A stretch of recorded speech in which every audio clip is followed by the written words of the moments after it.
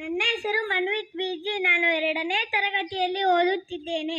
ನಾನು ಕನ್ನಡ ರಾಜ್ಯೋತ್ಸವದ ಬಗ್ಗೆ ಒಂದು ಪುಟ್ಟ ಭಾಷಣವನ್ನು ಮಾಡುತ್ತಿದ್ದೇನೆ.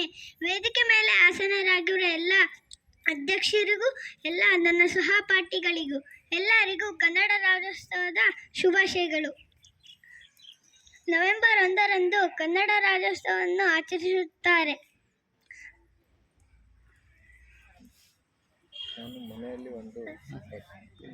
ನಾನು ಮನೆಯಲ್ಲಿ ಒಂದು ಬುಕ್ ಹೋಗಿದ್ದೆ. ಅದರಲ್ಲಿ ಒಂದು ಪದ್ಯ ಓದಿದ್ದೆ. ಅದನ್ನು ಓದ್ತಾ ಹೋದೆ. ಓ ಕನ್ನಡ ತಾಯಿಯೇ, ನೀನಾದೆ ಕರುಣಾಮಾಯೆ, ನೊಂದವರ ನೈ ಬಿಡದೆ ಕಾಪಾಡಿ, ನಗಿಸಿ ನಲಿಸಿ ಕುಣಿಸಿ ಮಡಿಲಲ್ಲಿ ಮಲಗಿಸಿಕೊಂಡೆ. ಆದರೆ ಈಗೇನಾಗಿದೆ ನೋಡು ತಾಯಿಯೇ, ಬೆಲ್ಲಕ್ಕೆ ಮುದಿರಿದ ಇರುವೆಯಂತಾಗಿದೆ.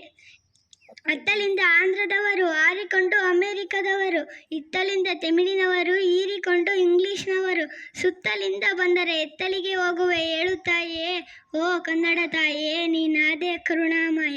ಧನ್ಯವಾದಗಳು.